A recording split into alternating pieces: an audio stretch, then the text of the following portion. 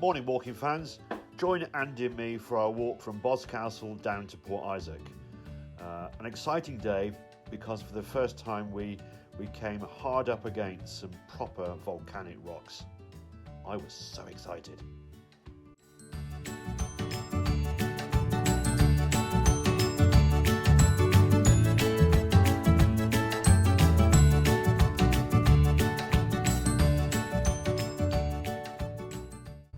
Well, remarkable moment on the southwest coast path today, walking fans. We've hit our first proper bit of volcanic rock. What I think are rhyolitic tuffs, just a couple of miles north of Tintagel. And this isn't myth or legend, this is real solid hard rock. So mixed in with the carboniferous rocks of this area are extensive volcanic lavas and volcanic ashes. And I'm pretty certain this is the first outcrop we've come to. Andy's done a great job in interpreting it. In the distance is the headland, beyond which I think is Tintagel. We know it's only a couple of miles away. We've made a good start today on day 4.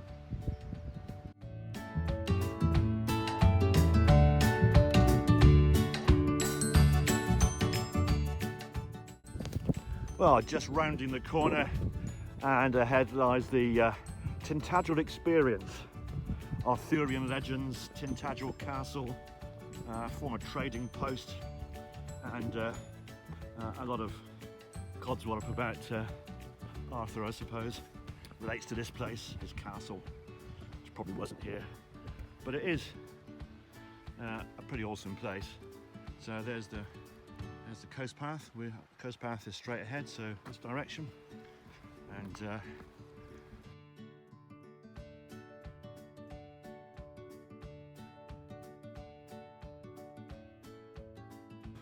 hello walking fans.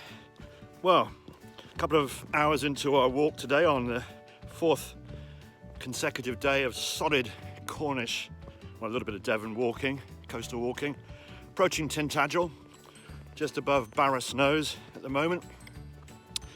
And it's not rocket science, is it? Well, it is, because we spent a delightful hour or so chatting with Martin from Arizona, who is a retired rocket scientist and satellite engineer. So a fantastic conversation with him, and he tagged along without me knowing, listening to me waffle on about geology. So I had an audience as well. I had a big audience, apart from Andy, who's got no choice. I had a volunteer listening into my explanation of the volcanic rocks around these parts. And so that was a great interaction. Then second of all, we just stopped for coffee and had a lovely interaction with a couple, Simon and his wife, rather lovely wife, Chris, who was laughing at him losing his pole. Not a lot you can say about that, really, is there? But he lost his pole and was going back to look for it and taking it a bit too seriously. And she said he doesn't use it often either. What can I say?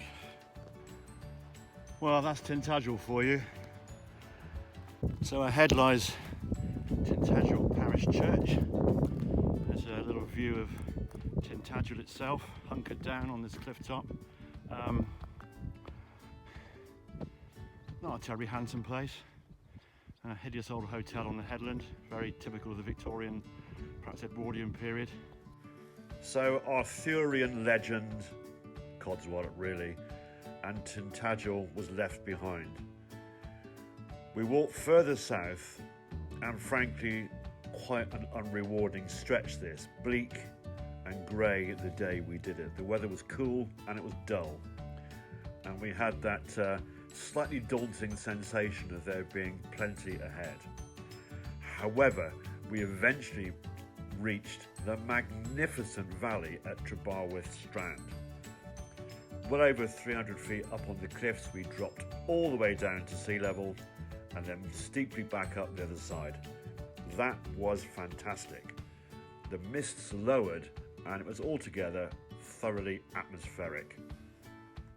Well, hello again walking fans, it's 1:10, day 4, and we're on the severe stretch between Tintagel and Port Isaac, and visibility is not great, which is, Andy's just said, is actually quite good because you can see the horror of what's about to come. Backways Cove. Down at the bottom we've got a big valley to drop down into, cross the footbridge and hack up the other side and then have a spot of lunch. So gloomy old Cornwall today, very atmospheric, very evocative, very Arthurian.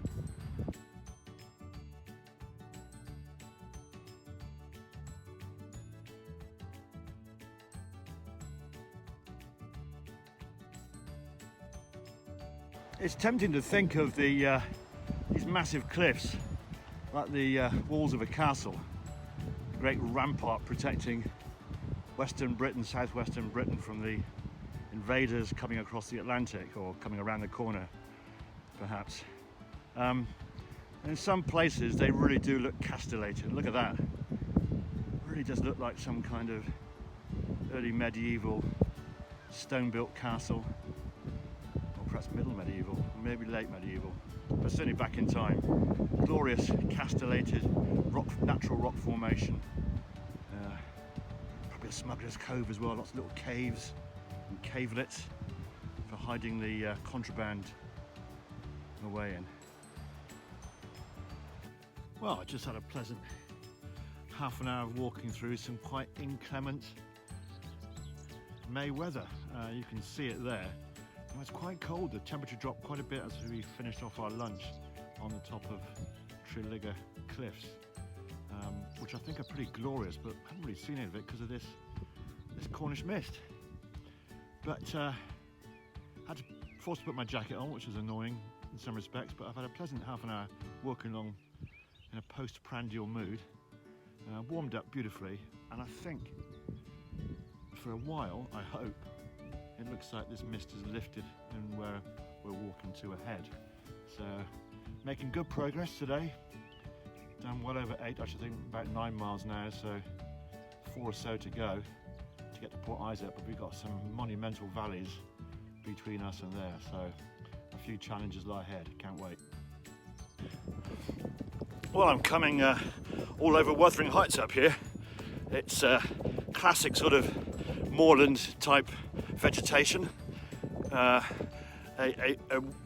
sea breeze, gentle sea breeze, whipping a Cornish mist across, so it's not a Yorkshire mist, but I'm feeling all sort of kind of Kate Bush-like and Wuthering Heights and Brontes, or Bronte, Charlotte was it? Magic spot this. Expect to see some kind of ghoulish spectre at any point, but that's enough about Andy.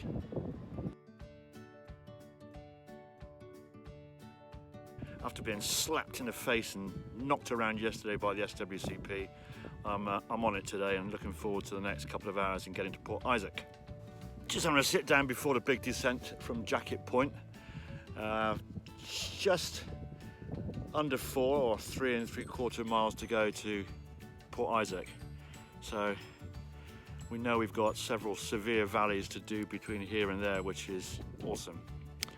Andy's chatting to Martin, who we met earlier in the day, and having a fascinating conversation about all sorts, including their shared interest in cameras. And me, I'm just tootling along in my own little world.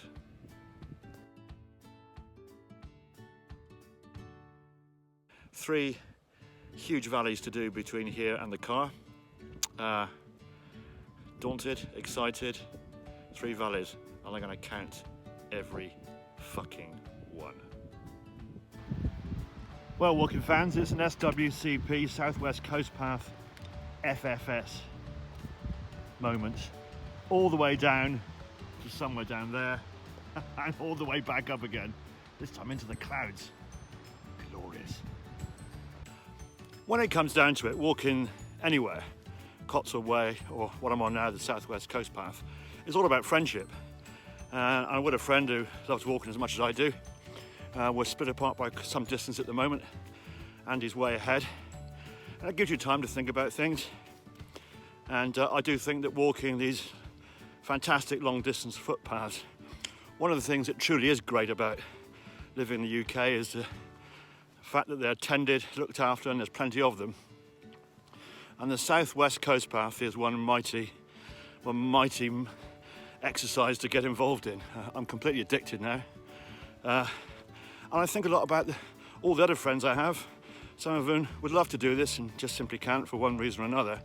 So thinking about them, thinking about friendship, and thinking about the glory of the Cornish coast. 3 miles to go. So as we neared Port Isaac and 14 miles or thereabouts of pretty severe walking again, and amazingly the best part of 4,000 feet of climb, and boy, we felt it. Port Isaac itself is a charming little place. We just saw the northern edge of it, and we'll see more of it on our next walk. Glad to be finished, but another super day on the North Cornwall coast.